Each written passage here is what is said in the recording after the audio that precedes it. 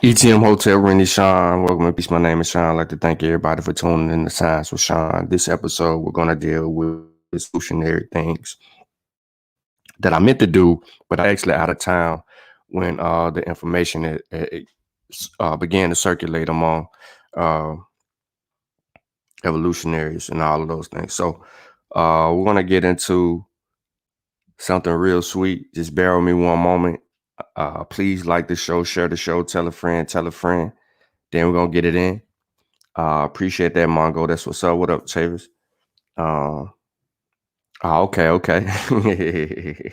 Yeah, man. Look, please like the show, share the show, tell a friend.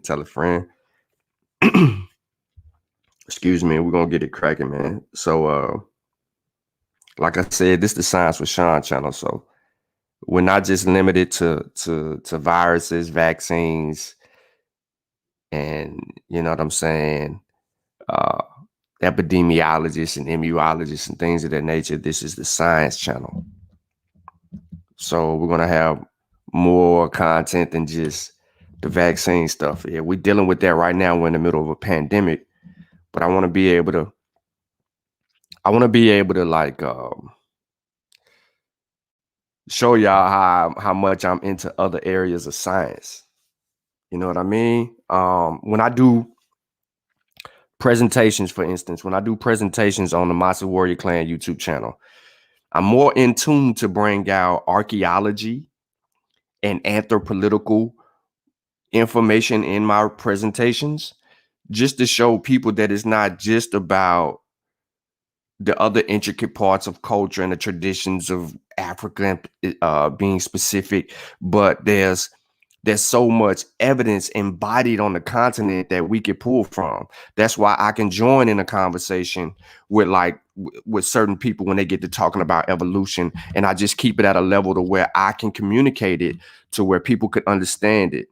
I don't like to get into all of these real quick breakdowns like Brother Ngozi is real good at. You know what I mean? Where he goes in and he does the, you know, he can run it down. He's twister of pretty much DNA and haplogroups and all of those. Like he's, you know what I'm saying? Like he run all of that down. Genetics, he's into that. So he can pick up that real quick. And people, you know, the way that he runs it like that. Now, I'm not enthusiastic about it like that. I'm enthusiastic with the art form, not really the art form. Why am I saying art form? But the science behind it. I'm enthusiastic about the methods. I'm enthusiastic about the conclusions that have occurred from it. I'm there with that. Like I can understand, I can listen to it, I can understand it. If there's a trip up, I can catch the hiccup. That part. But you know what I'm saying? It's more than just about vaccines, vaccine science. Evolution actually plays a big role to vaccines. Absolutely. Evolution does. It has its role. So no matter what, science is always in play because it deals with the natural world. Nah, I don't want none of that. Nah, absolutely not. I don't even want to get a headache from that. You know what I'm saying? And I think that that's overgeneralized and it's not put into its proper context, and sometimes we may make mistakes in that lane. Where everybody at, man? Like the show, share the show, man. What's good? Get in the building, people. So as soon as I get started, people gonna be jumping. So what up again, man? Mongo, Chavis, what's good? Keenan. To the other viewers that are out there tuned in but haven't said anything to us yet in the chat, peace to you. If you're catching the replay, peace to you and everyone else that'll follow in line with that. Let me do something while I'm still waiting on a couple of people to come in, and then we'll get going. I need to put the thumbnail up, so I want to do it while we're actually in the moment. Yeah, so what we gonna get into, man, is real interesting. And I'm pretty sure some of y'all may have not. Chavis may have, because I put the information in the back chat a while ago. But other people may not be familiar with what we're about to talk about. So we're gonna get all the way into it, man. Me and Unc had a slight conversation about it, not too much. Remember, this Friday the 12th, I am going to be on Asar Imhotep's YouTube channel. Make sure that you're subscribed to Asar Imhotep's YouTube channel, so y'all already are. Make sure that you're in the building, man. We're gonna get into the book, right? We're gonna get into the book, and we're gonna handle it. We're gonna do it like G's.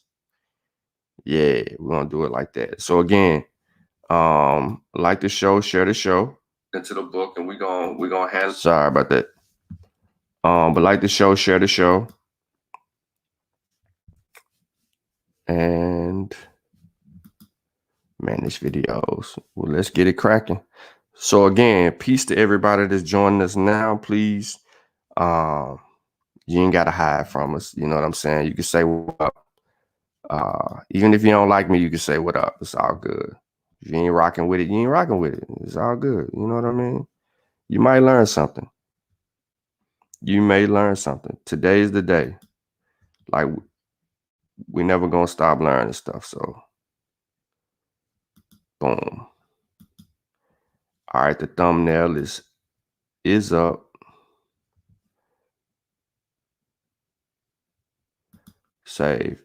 So let's get into it, man. So why are we here today? What's the importance, Sean? Why are you messing up my work day with your madness? Let's go. So, well, I was out of town, right? Well, not really out of town, but like really getting ready to go to drive, whatever. A Child of Darkness was published in the University of Witwatersrand, Johannesburg. So you're talking South Africa. And it says, Meet Leti, a Homo Naledi child discovered in the rising star cave system that yielded Africa's richest site for fossil hominids. Now, an international team of researchers led by Professor Berger with Wilts University has revealed the first partial skull of Homo Naledi child that was found in the remote depths of a rising star cave in the cradle of humankind, World Heritage Site near Johannesburg, South Africa. Remember, we got video from Master Warrior Clan member Black Panther being at the site, being in those caves or whatnot. Now, I'm not going to bore you to death with a lot of reading. I will say this. They found a skull of a child that looked like it was in a burial, like a burial practice, right? Now, remember, in those caves, you had to be a certain height, weight, or you couldn't get through those cracks. So you have really skinny women and really skinny men that actually kind of suck their way through those small cracks in those caves to go deeper in those caves to deal with human evolution, discoveries and finds. So anyway, they were describing the skull in its context in two separate papers in an open access journal in paleoanthropology. See why I'm in the anthropology? The team of 21 researchers from Wits University and 13 other universities announced the discovery in parts of the skull and the teeth of a child that died almost 250,000 years ago, when it was approximately 4 to 6 years old. Now, the first paper, which the professor Brophy of Wits and Louisiana State University is lead author describes the skull, while the second paper of Dr. Elliott, a National Geographic Explorer, is lead author described the context of the area, circumstances in which the skull was discovered. So you have one person talking about the skull, and you have another lead that's talking about where it was found.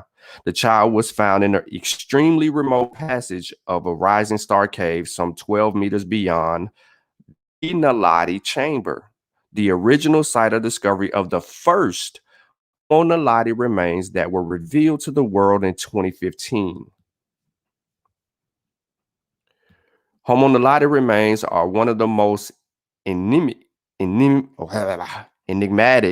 I don't know why I couldn't say that, ancient human relatives ever discovered, says Professor Lee Berger, a projected leader and director of the Center of Exploration of Deep Human Journey at Wits University and Explorer at Large and National Geographic Society. It is clearly a primitive species, existing at a time when previously we thought only modern humans were in Africa. Hit that like button. Its very presence at that time and in the place of complexity complexifies of our understanding who did what first concerning the interventions of complex stone tool cultures and even ritual practices. You heard that, stone tool cultures and even ritual practices. You remember earlier on that I said something about burying. Homo Naledi was burying the dead. That's what they're insinuating here. Now, almost 2,000 individual fragments and more than 24 individuals at all life stages of Homo Naledi have been recovered since the Rising Star Cave system was discovered in 2013. I'm going to say that again. Almost 2,000 individual fragments of more than 24 individuals at all life stages excuse me, of Homo Naledi have been recovered. 12 individuals, all life stages, have been recovered in this cave.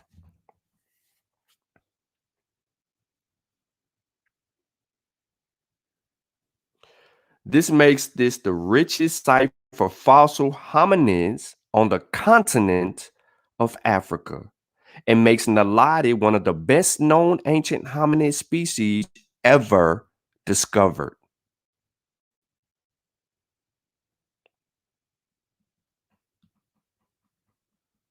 So remember when they talked about the lost one back in 2017 in some cave stuff, the child skull was found alone, no remains of the body has ever been recovered? The team have named that child Ledi, pronounced Leti, after Setswana and Letimila, meaning the lost one. Leti's skull consists of 28 skull fragments and 6 teeth, and when reconstructed shows the frontal orbits and top of the skull with some dentations. This is Leti. This image, the lost one. This is the first partial skull of a Homo naledi yet recovered, and this begins to give us insight into all stages of life of this remarkable species. The discovery of the hominid child skull is extremely rare. Found in fossil record, as a juvenile remains tend to be thin and extremely fragile. Having skull remains associated with teeth in the same individual is extremely important for understanding the growth and development of the species. Ledi's brain size is estimated at around 480 to 610 cubic centimeters. This would have been around 90% to 95% of its adult brain capacity. It is yet to be established how old Ledi's remains are, however, since other fossils of Homo naledi were found in nearby the Naledi chamber and dated between 335 to 241,000 years ago. All right. Tibogo Makubula, part of the geological team investigating the discovery, believes that it is likely that Ledi is from a similar period based on preservation and proximity. Naledi's remains were discovered in a tight passage that measures only 15 centimeters wide and 80 centimeters long, and was located beyond an area named in the chaos chamber. So keep Naledi on your mind. Here's the Naledi team that was involved. Now, I'm going to tell you right now, this lady in the maroon jacket is significant here because she can get in places that other people on here can't. This person can get in places other people can't. Their height and weight make them significantly important. So let's continue. Expanding explorations of the Naledi subsystem raising star cave system in South Africa, right? So here's a small abstract, nothing too big, nothing too bright. I don't have to read it. I just have it. It's in the link in the description. This was published. The PDF can be captured here. We can throw it up on the screen, but I have it in the description of the video along with the link to my book, What SARS-CoV-2 Taught Me. Ding, ding, ding, ding. Get your copy now. Shameless plug. So we're going to let the PDF load up here before we get into the real treat. Like I said, this is not a lot of video, but this is specific to human evolution. I know most people don't know this information, didn't know that this had actually transpired, and I've been sitting on it for days.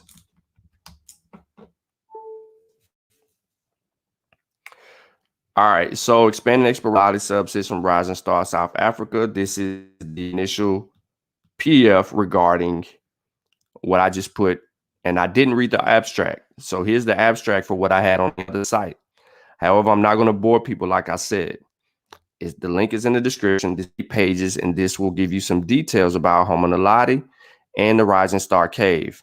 And, of course, all the evidence that it has found. If you're just now joining us, ladies and gentlemen, if you are just now joining us, okay, a child, we'll go back. We're going to get into it, of darkness. Homo Naledi, discovered in the Rising Star Cave system that yielded Africa's richest site for fossil hominids. Okay. Some information came out about this, how Naledi was practicing potentially a ritual of burying their dead, regarding certain things. This I don't want to go too far back, but I'm gonna let the video speak. But this significant find and some additional work and all of these things have brought forth some new information regarding Homo Naledi. Homo Naledi is the richest cave as far as the hominids are concerned, because of what they found. So this is very interesting. We're going to get to the viewpoint. I appreciate everybody tuning in. Like the show, share the show. Again, the sources are in the description. Enjoy this treat. It's only 4 minutes, and then we'll get right back to the bill.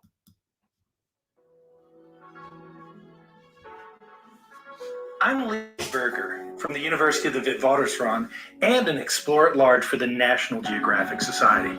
I'm here today to announce an incredible discovery that our teams made while exploring in the Rising Star Cave system in spaces beyond the famous Naledi chamber, where the original fossils of Homo Naledi were discovered.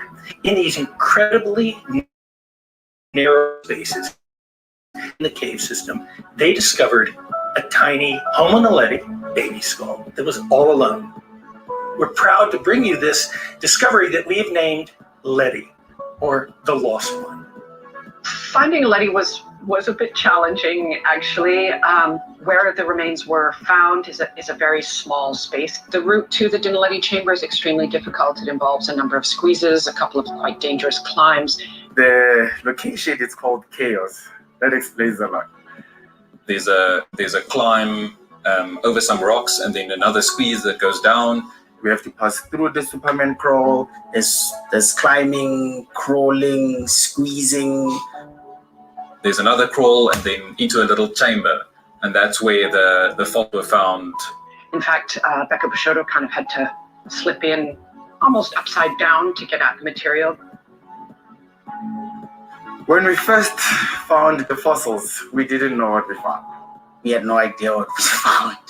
We could tell that they were hominid, but we didn't know that they were that exciting. Once we actually got it out and could see that it was hominid material, that the teeth are pretty distinctive, was really exciting.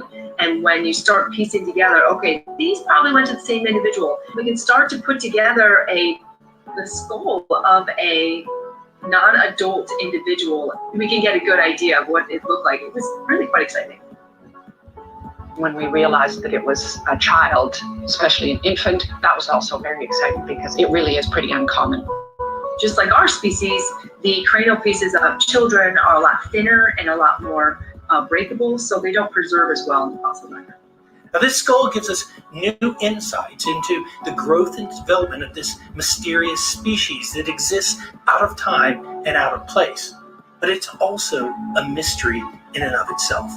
How did this little skull get there? We again suspect that this small skull of this child that we've named Letty was brought there by members of her own species.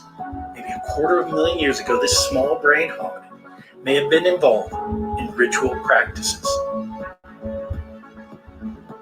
We have no evidence that it was chewed on by any carnivore or cut up. It looks like it was deliberately placed or buried by another Homo Naledi individual. And I've thought about this. There is no other explanation. Population. Speculative, but you can imagine that you might have some upset parent that would want to place this young individual into its final resting place. I think we have a lot to learn about the culture of Homo Naledi, and I think it's going to go much deeper than we currently understand. We're learning new things about them all the time in terms of how they handle their dead. It makes us remember, I think, that exploration is always worth doing and that there's still lots out there to find.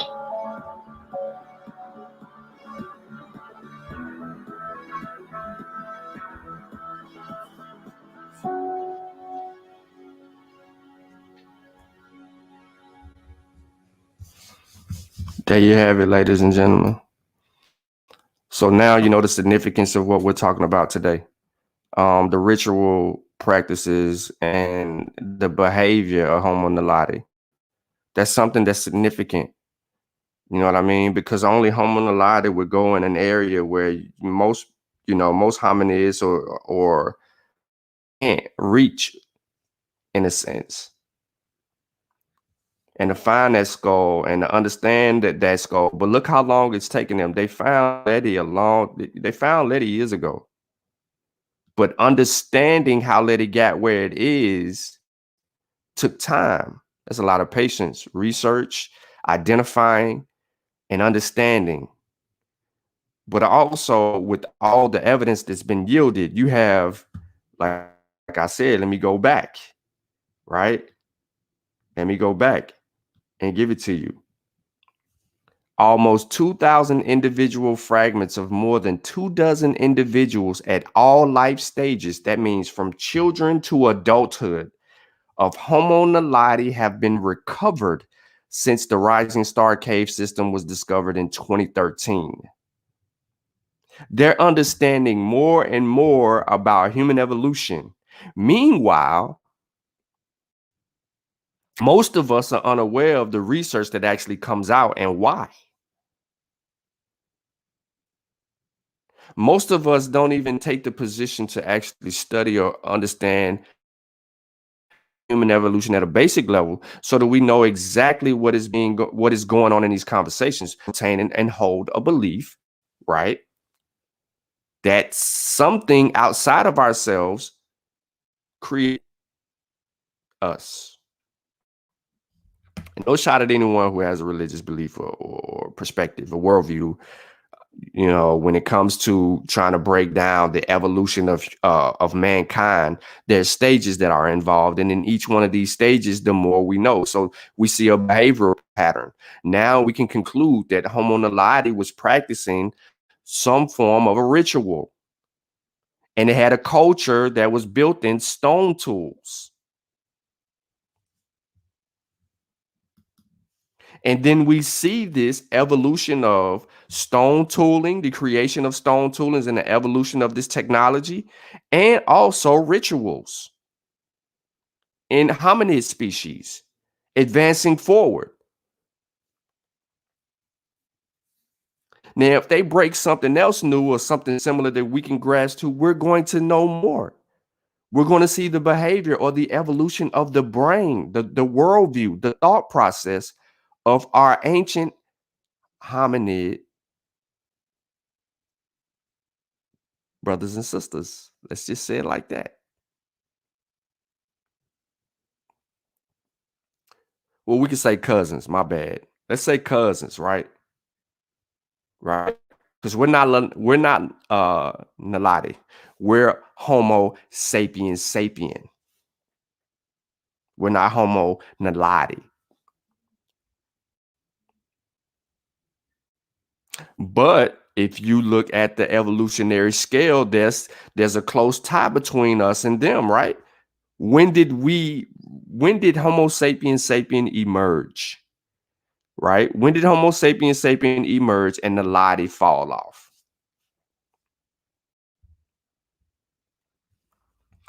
So let me just give you a little bit of this PDF that I have here that was published. It was accepted in July, but it was published or submitted in March of this year. And see, most people don't even know that. And here it is, it's November, right? Months down the road. And most people haven't had an opportunity to dig into this particular article. Like I said, to get to this article, right? The link is in the description. And it'll take you right where you need to be. So for those of you who are evolutionary enthusiasts, students, and you're looking to learn more, right? You want to get these things in your hand. But also, I want to give a special shout out to Brother Nahisi, because his text that he's been so patiently working on, right? His text, and I can't wait for it, but his text is going to add to the evolutionary journey. It's also going to dispel a lot of myths, and it's also going to move the community forward. What we're trying to do, ladies and gentlemen, when we're writing these books, is now we're trying to give you a tool to advance you forward, a tool that you could use to advance you forward. We're no longer writing for the sake of writing. We do that with like little articles that we put on websites and things of that nature. And sometimes those are even inspirational in bigger text. However, we're writing to provide tools to clear up some misconceptions, some disinformation, and to advance the conversation, to advance knowledge, because that's the heart and the body of science. Science job is to advance. So anyway, the Rising Star Cave is located in Bloombank River Valley, west of Sterkfontein Cave in the Cradle of Humankind, UNESCO World Heritage Site. All right. So there's a figure with a map on it, and we can go back to the map. Consists of more than 4,000 linear meters of passageways and other complex spaces. The cave system is stratigraphically bound to a 15 to 20 meter thick dolomite horizon, which dips in the west of an angle of 17 degrees, and at its cap of 1.1 to 1.3 thick shirt horizon. This shirt unit forms the ceiling of several large cave chambers, including the fossil bearings of the Naledi chamber. Fossil-bearing sediments are present in many areas of the cave system, most notably the hominid fossils deposits within the Naledi chamber and the Lesedi chamber. Both chambers preserve remains of multiple individuals of Homo Naledi in unlithified clastic deposits. So let's go again back to this.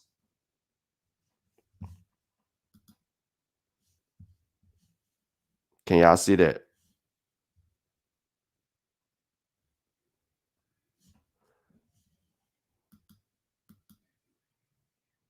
This is the Rising Star Cave. This is the northern entrance. And you go all the way down this cave. On this map, it doesn't look like that it would take a lot of time, but I guarantee you within this, there's probably hours upon hours of getting to Lassetti's chamber first. And then the toilet bowl entrance, and then Lassetti's chamber. Then the main surface entrance here. If this is the northern entrance. And then look, the Naledi subsystem or chamber here. From here to here. That's a lot. And then there's a southern entrance here. So you can get through these chambers and get to where you're getting, but now they made a main chamber, so it cuts off this pace. But imagine going from here all the way down, or just entering here and going all the way up, or just entering here and going all the way down, or entering down here and going all the way up. There's so much to be known, because I'm pretty sure that there's things not known to people that they're still looking for inside of these caves. So they say this is the plan view. The surface investigations did identify significant flowstone filled with crack. I don't want to get into all of that. But then it says the Naledi chamber itself, UTH dating of an overland flowstone established the minimum geological age of 236 Ka for the deposition of hominid material, while direct ESR samplings of the 3 hominid teeth produced a maximum age of 335 Ka. So, they're talking about years and lives. But okay, so here's a different version, right? Naledi subsystem elevations.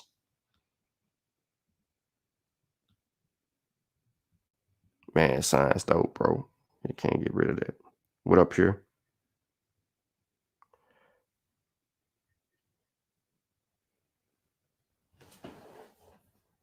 I'm a little late, but is it that the only one that... No, they have 12. They have 12. They have 2,000 fragments and 12. Let me go back. Let me go back for Zane. I know you late, Zane. You know what I'm saying? You're usually late. You know what I mean? Ain't no flag on the play. So almost 2,000 individual fragments of more than 24, not 12, my bad. 24, that's 24 individuals at all life stages of Homo Naledi. And I botched that all up. So 2,000 individual fragments, 24 individuals at all life stages, from a baby to adult to elderly. There's 24. This is the most complete that they found thus far. This is the best that they found in Homo Naledi. 24 individuals.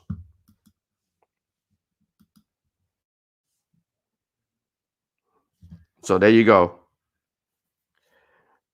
Everything is everything. Were they into slavery? Did they? Come on, yo. We ain't got to go there.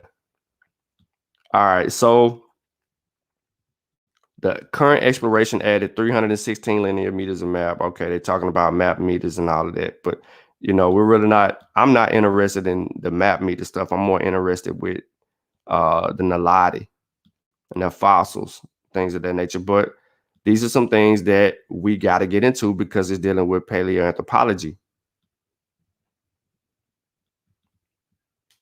But what is unique and what is significant about this find is the fact that they found they've identified 2 pieces of Homo Naledi's culture.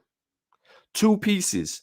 They were stone toolers. They made stone tools, but they also practiced rituals. What ritual?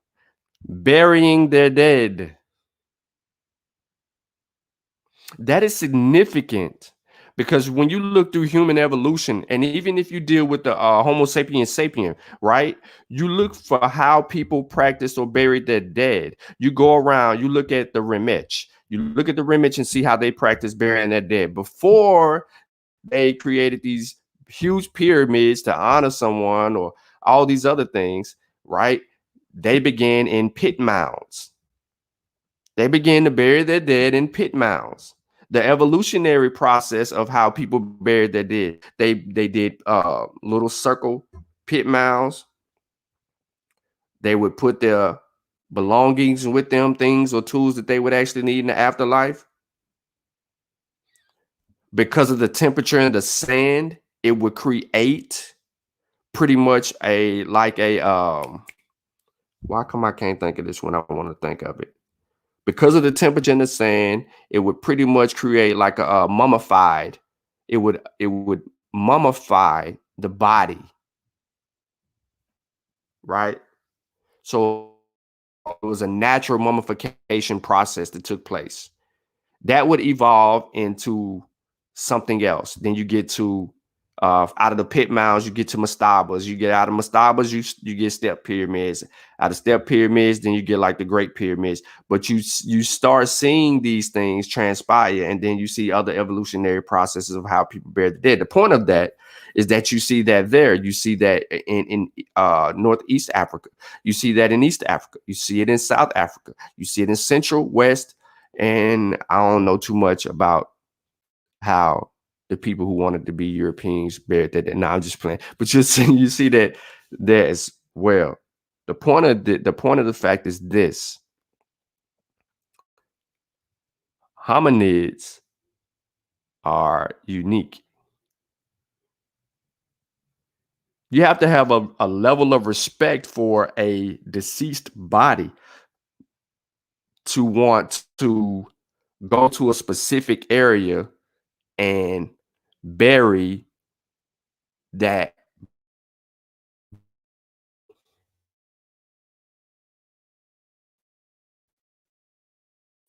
You know what I'm saying? But if we go back beyond that and we go back millions of years ago, so to say, and I'm going to throw the virus thing in there, right? Because we know that there's one specific virus that we get from our ancient ancestors who ate someone who was infected with something. And I'm saying someone, but I'm just going to say our ancient hominid ancestors ate another ancient hominid ancestor that was infected with virus that has been transcended throughout humanity since that time. Do y'all know what virus that is? You know, I know you know the answer because you know, because I didn't said it to you before and you seen the video. So I knew you would say it first. No, it's not no dang on AIDS, fool. Nope, it's not HIV, fool. AIDS is disease. HIV would be the virus, but no, it's not pure. Look above you. She answered the question. She knows, but she knew the answer already.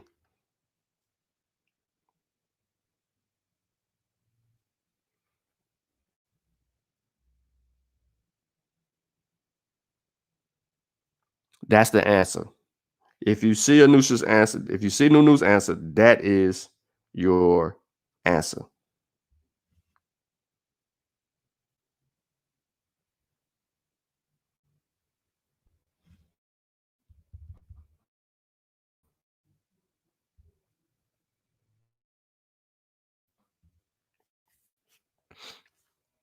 Nah, you can't call them demons.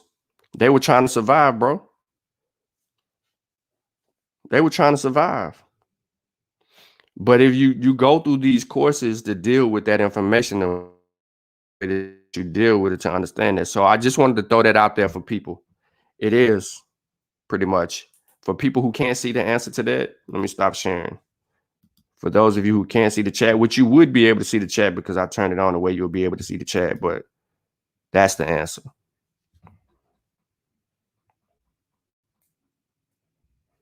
Right there. Mm-hmm. And there's some nice little work. There's a couple of articles on there. But if you're following us when we're building and we're learning, watching 12 or the PBS thing that Anusha likes to post up. Also, she has a video. I think you should have that video on your page. Man, listen, it's been passed down from ancient hominids, Zane. That virus, HSV, Now you got to remember the herpes virus family, right? I mean the herpes family, that lexicon or whatever you want to call it, right? That lineage of viruses in PBS eons.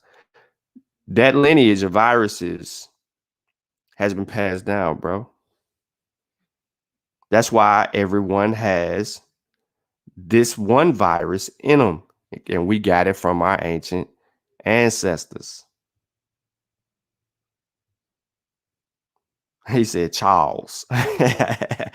What up, Charles? What up, bro? But you're a little late to the party though, bro. But basically what we're talking about is the child of darkness and how Homo Naledi not only you know were they stone toolers, but now they even practice ritual, and we have evidence of them, you know, pretty much burying their dead or taking them to sacred places to bury them. And you know, Naledi is highly significant for us in understanding hominids, because they have 24 individuals at all life stages that have been recovered in this cave since 2013, and they're still doing major research in the area. But yeah, for everyone who just joined the bill, you know, you probably going to have to go back and watch this over and gain some understanding from it. I do appreciate everybody tuning in. Please make sure that you like the show, share the show, subscribe to the channel. You know, we've been doing shows for quite some time, and we should at least have 500 or 1,000 people that may be interested in trying to understand the conversation. And this is what I'm saying. It's not just about vaccines. It's going to be about evolution. It's going to be about other things. We might even get into a little anatomy. I'm a little green on some of the things, but you know what I mean. I'm gonna try to shift the gears. It's not just about history, culture, traditions with me. I am into other areas of science that matter. You know what I mean? Pierce said, is this going to tie into COVID? No. Well, we could tie it into understanding viruses, period. Pure. You know what I'm saying? Once you understand how viruses behave, you can kind of understand how certain viruses get to where they get to. However, this is not just to push anything about SARS-CoV-2 or COVID-19. We in all areas, bro. We in all areas. But just sometimes we need to slow certain parts of certain conversations down and kind of just build on them a little bit and help educate other people and bring them along the way so that they can understand. The reason for what SARS-CoV-2 taught me is because it was needed. It was a tool that the community could benefit from and directly benefit from and save lives. It's just simple as that. The book was written to inspire other people to learn more about what's going on in the middle of this pandemic, dispel myths, help educate each of us on the immune system, or know different parts of the immune system and how they behave, and so on. So that was the tool of the book. Now, in understanding evolution, we can tie it to viruses because it's going to help us understand how we first come into contact or viruses. We first come into contact with certain viruses, and we actually can deal with that on a level that can help us. But that's not going to be the initial goal. We're not going to tie it all the way back to viruses. You know what I mean? We do need a level of understanding human evolution. We do need an understanding of how anthropology works. We do need an understanding of applied sciences, you know, paleontology and how it works. Because once we have those understandings and we see how we can see through examples of how those things are used, then we can take those we can take that level of study that we just learned. Watch this. We can take that all of that, and then we can turn around and we can look at history totally different. Once we know how the field of sciences, applied sciences work, then for those of us who know how some of this stuff work, we can utilize that. That can help us uncover some things, and that can help us dispel a lot of myths faster than other people. But once we really know how science works, we can apply that literacy back on history. And then we can uncover some of these mysticisms, some of these erroneous claims that have been applied to history. We can start to peel back those layers and say, no, no, no, no, no, no, no, no, no. And we can even take the conversation as far as slavery and slave systems or a slave market. We can now go back and use those tools, that fundamental foundation, right? That foundation. We can use that, and then we could go back and tell apart history. But for those of us who've already been studying those things and in those areas and things of that nature, we're not projecting anymore. We're not using our opinion, or we're not having emotional rants, or we're not, arguing to be arguing. We don't have to argue from ignorance. We can argue from intelligence, because we can now hone in on the other tools that we are leaving out of the conversation to answer specific questions. This is at the heart of what? Scientific integrity. You know that book that I got on Facebook showing everybody things? That book, Scientific Integrity. See, it all plays a role into y'all didn't catch that. It all plays a role into what's going on around us and what type of conversations that we've been having. See, we've been having conversations out of context.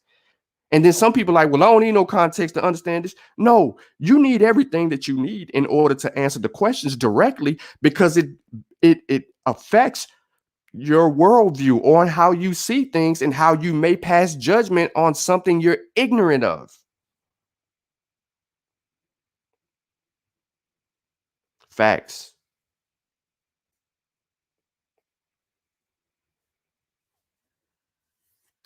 So I appreciate everyone for tuning in. I'm keeping this under an hour. I'm about to log into work in 1 minute. Actually, I'm going to do it while I'm still live. However, I do want to appreciate everyone for tuning in. If you joined us late, we were breaking the news on Homo Naledi and its potential relevance in evolution, right? And some practices and things of that nature that Homo Naledi is known for and not known for. They were not known for ritual. They were not known for ritual. But however, you may have heard us mention hominids having some type of ritualistic behaviors before, specifically when we're dealing with apes. I don't know if any of you have heard of this before, but and there you have it. But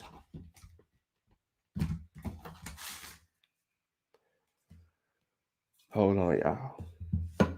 I put up some things before showing apes throwing rocks or throwing something, boulders,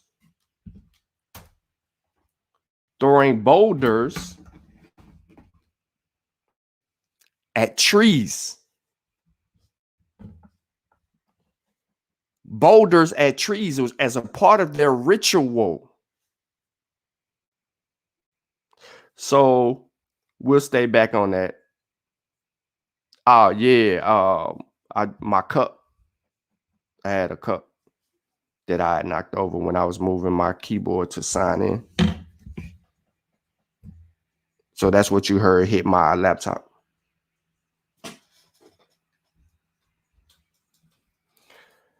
But nah, man, it is what it is, man. If you missed the show and you just now joining us, we appreciate you.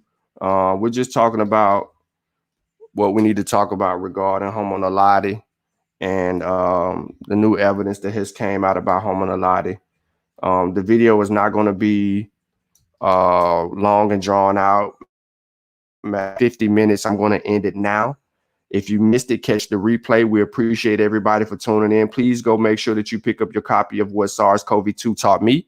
I really need you guys to support the work. I need you guys to like, share, subscribe. I also need you guys to share your books on your social media pages, which is what one person told me that they were going to do when they had time, and they still haven't done it yet. I have yet to be tagged. And you need to make sure you get your daddy a copy of the book. I don't know if your mama want it. Ain't your mama subscribed to the channel? Tell your mama I said what up. She should subscribe. Shout out to moms. Get your mom on this channel. But also make sure your mama got the book, but more specifically, your father. I don't have to say who I'm talking to. They know exactly who I'm talking to. And I ain't got to lay up off of that.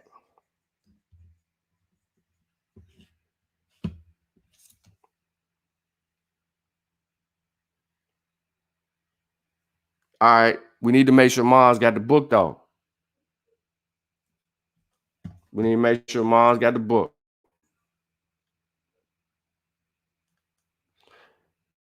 And dad, we really need dad to get the book. Dad need to get the book, read the book, and really chill out.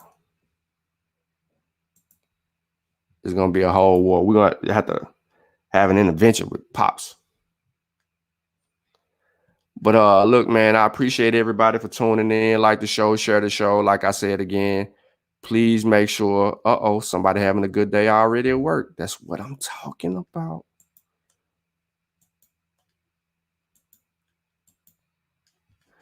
That's what I'm talking about. So let's make sure that we're doing what we need to do, man, to get things done. I need your help and support. You know what I'm saying? I know I appreciate everybody for tuning in. I know some people don't like me. I rub them wrong in the whole nine, or they don't like the way I disseminate information. May even don't like the sound of my voice, and that's cool too. I respect that. However, it's about the information. It's about the information.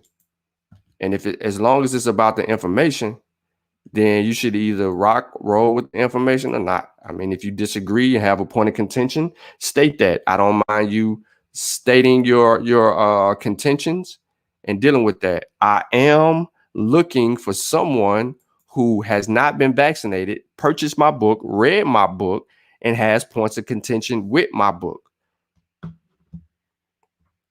I am still trying to honor something Sister Safi had requested. And I'm with Sister Safi on that. We need someone who has not been vaccinated, read the book, and can be honest about the book.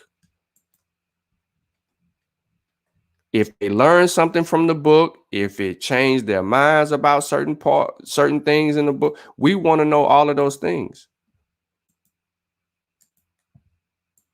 I just don't want people who have already figured it out. I want to know if the book actually helped advance people. The book was designed to help advance people. So again, man, I appreciate everybody for tuning in. Like the show, share the show, tell a friend, we out.